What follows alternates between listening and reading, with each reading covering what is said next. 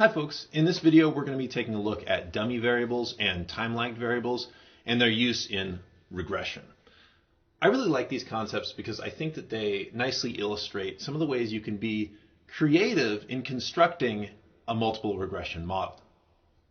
Now, we've already looked at dummy variables. This actually came up in our video on multiple regression. We actually use dummy variables. But just to recap, dummy variables they come up in regression when you want to use data that is non-numeric. So you've got a category, some aspect that you want to calculate for, and you want to include it in your regression model, but there's no numbers assigned to it. So what we were doing with dummy variables is we actually start assigning numbers to these categories, but it's not quite that simple. Imagine we had, say, data that we wanted to include. There was whether someone was what gender someone was, or whether or not someone was a new or repeat customer. Or here's an example we'll run with. Let's say we were looking at sales data and we want to understand whether there is a seasonality effect to that sales data. We want to understand, basically, are we selling more in winter versus summer or spring versus fall? Are there trends associated with the season in terms of our sales data? So, how do we do that? We can't just include the seasons in our regression. We need numbers assigned to it. But we can't just go ahead and arbitrarily assign numbers. We can't say, okay, winter's 1, spring is 2, summer is 3, fall is 4. Because that doesn't really make sense. Essentially, what we're doing by assigning numbers is we're assigning value to the seasons. Is fall 4 times as impactful as winter? Well, first of all, how do we know? And second of all, that makes no sense. Is spring, 1.5 times the effect of or summer is 1.5 times the effect of spring? No, of course not. That's just silly. So what we have to do instead is we have to turn these into numeric categories. So what we would do is we're actually going to break this out because there are 4 categories associated with seasons: winter, spring, summer, fall. We're going to break that out into 4 dummy variables. 4 variables, each of which is going to be assigned a binary value of 0 or 1. Now, some of you may be thinking, actually, that's not what we're going to do. We're going to turn it into 3 variables. And that's true, but let me get there. Here we have data. I don't even have the dependent variable data here. And I could have included sales data, but it's not important. Let's pretend this is the category. This is an X variable. This is our season that we're dealing with. This is one of our predictive variables, seasonality. We're going to turn this into, we're going to assign a 0 or 1 to each of these values according to the season that we're in. And this is going to turn it into 4 separate variables. So I'll go ahead. What the heck? I'll go ahead and do that. We got winter, spring, summer, try to be fast here, and fall. And what we've got here is, instead of 1 variable with non-numeric data, we're creating 4 separate columns. So we're transforming from 1 column into 4 columns, each of which is essentially a variable, which we can then run in our regression. Yeah, I know, my handwriting is pretty messy. Even when I'm drawing zeros and ones, it's uncanny. All right, so here we have these 4 columns. And actually, we're going to do one more thing. This is what I alluded to earlier. We don't want to run a new dummy variable for every one of our categories. Well, we actually need a reference point. And so that means we're going to eliminate 1 of these variables. And when we run our regression, we're going to run our regression, say, with spring, summer, fall. Doesn't matter. We could have chosen any of them. It's sort of arbitrary. And then the results are going to tell us something about each of these variables in relation to the one that we left out. So whenever we look at our data, it's either going to have a 1 associated with spring, summer, or fall, whether it is the data comes from spring, summer, or fall, or it's not going to have anything assigned, in which case that data is going to be from winter. And we're going to get a coefficient for spring, summer, and fall. We're going to get, say, something that like 10 times spring plus 5 times summer. That actually, well, okay, whatever. I'm arbitrarily assigning coefficients.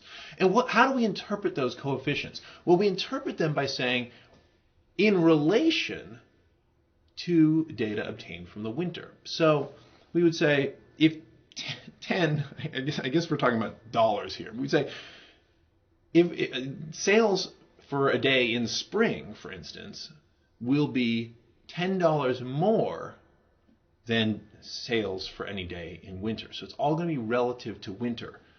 5 times summer would indicate that sales are going to be $5 more for that day as compared to winter.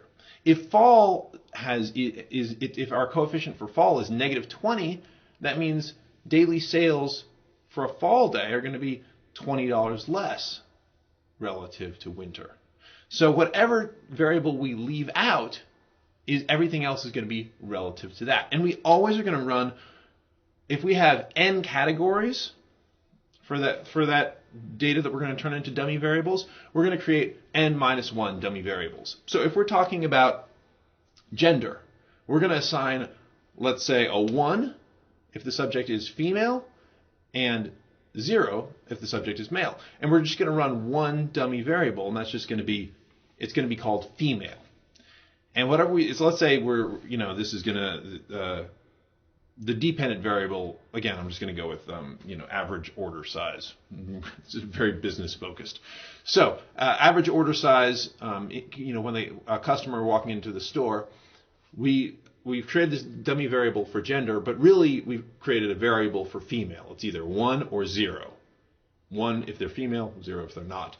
And the coefficient for that is going to be, the size is going to determine the size of the order for women relative to men. If it's -$15 times x, x being the variable for female, then we're going to interpret that and saying, well, the average woman customer spends relative to men $15 less. So that's the idea there, assigning these dummy variables. Now, I want to point one thing out, which is that sometimes we have to be careful about our data.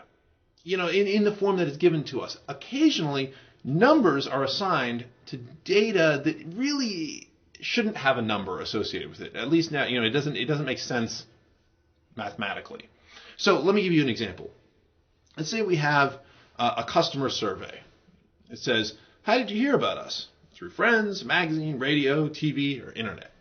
And we decide, hey, we want to know, are some of our customers more valuable than others according to how they found us? Maybe we suspect that the customers who are referred through friends tend to place larger orders. So maybe we'll call it order size as our dependent variable. Maybe I don't know if this would come from our marketing department or our customer service department, we'll call it the marketing department. Maybe the marketing department has carried out this survey and then and we say, can you give us the results of that survey? We want to compare it to the average order size. And they say, sure, and they send it to us, and what they've done is in their spreadsheet, they're just showing 1, 2, 3, 4, or 5.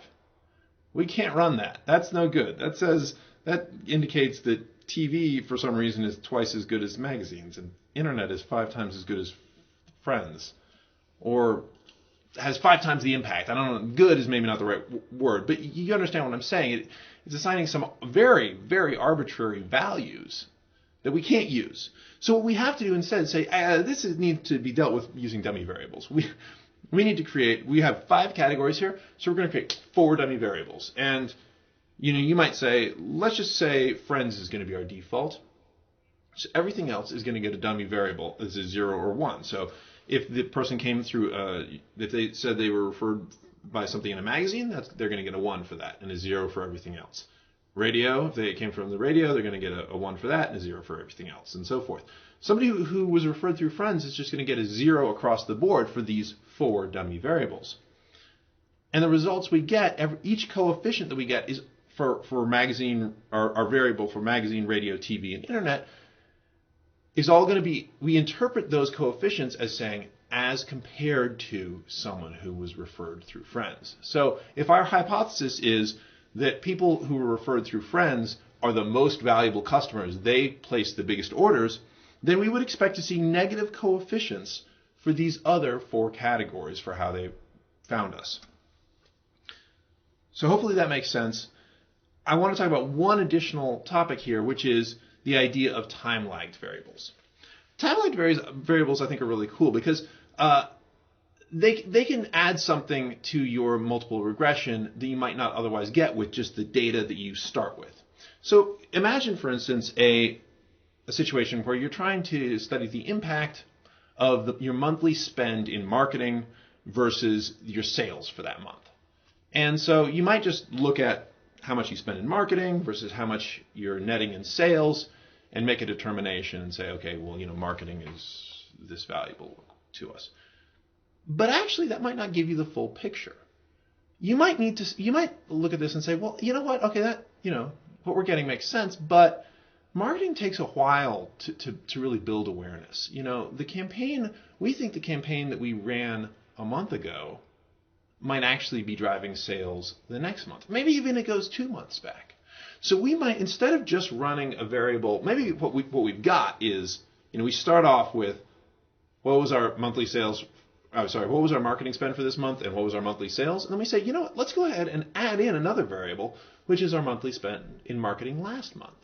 And maybe we're going to go 2 months back as well. So we'll have an X minus 1, which would be the marketing. We have the marketing spend as one variable, the marketing spend from last month, X minus 1, marketing spend from 2 months ago. I guess we should call this T minus 1, T minus 2 in terms of months.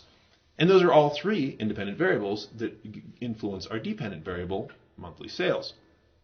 We can take this even a step further and say, we really think there's actually a trend in sales as well. So to control for that factor, the fact that if sales are high, maybe we think sales are high one month, they're probably going to be high the next month. It takes a little while for them to fall off. Or if they're low, it takes a little bit of time for them to ramp up.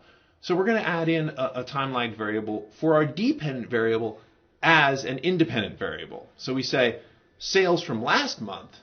Keep in mind, sales are a dependent variable. That's what we're trying to determine. But we're going to use sales from last month as an independent variable to paint a more accurate reflection of reality in our multiple regression model. So you can do that. You can add in independent variables that you think are going to make sense. And that's really what it's all about. So these are just 2 techniques that you might use that will help you create a really robust multiple regression model. As I mentioned in the video on multiple regression, this is an iterative process, and it's also a little bit of a creative process. So when I say it's iterative, it never hurts to try things that make sense to help you to get a good and accurate prediction of your dependent variable. So adding in things like time-lagged variables when they make sense. For instance, in this scenario where we're talking about marketing spend versus sales, it's something to try. And then you can look at your regression output and say, did my adjusted R squared go up?